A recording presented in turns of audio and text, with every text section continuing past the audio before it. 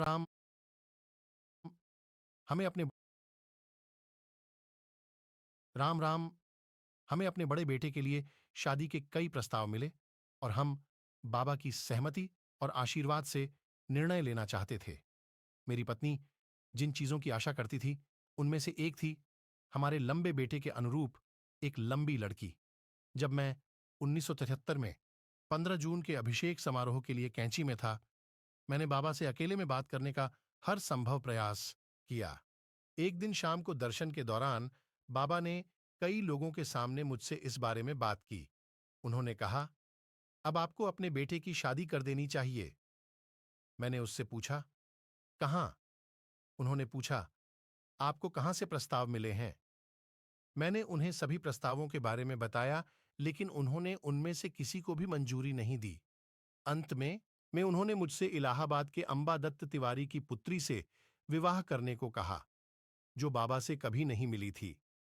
अभी पिछले दिन ही कैंची में मुझे उनसे एक प्रस्ताव मिला था, जिसके बारे में मैं भूल गया था। तब मुझे एहसास हुआ कि बाबा ने इतने दिनों तक मुझे उनसे इस विषय पर बात करने का अवसर क्यों नहीं दिया।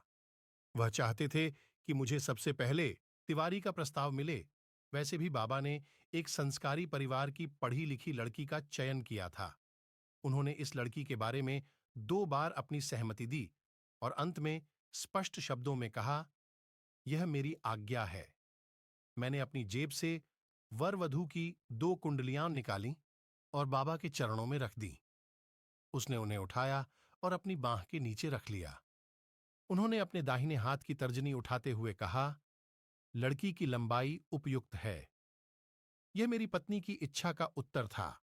मुझे आश्चर्य हुआ कि बाबा ने इलाहाबाद में हमारे घर में हुई बातचीत को सुना था। जय बाबा नीम करोड़ी। बाबा की इसी तरह की अन्य कथाएं सुनने के लिए हमारे चैनल को सब्सक्राइब जरूर करें।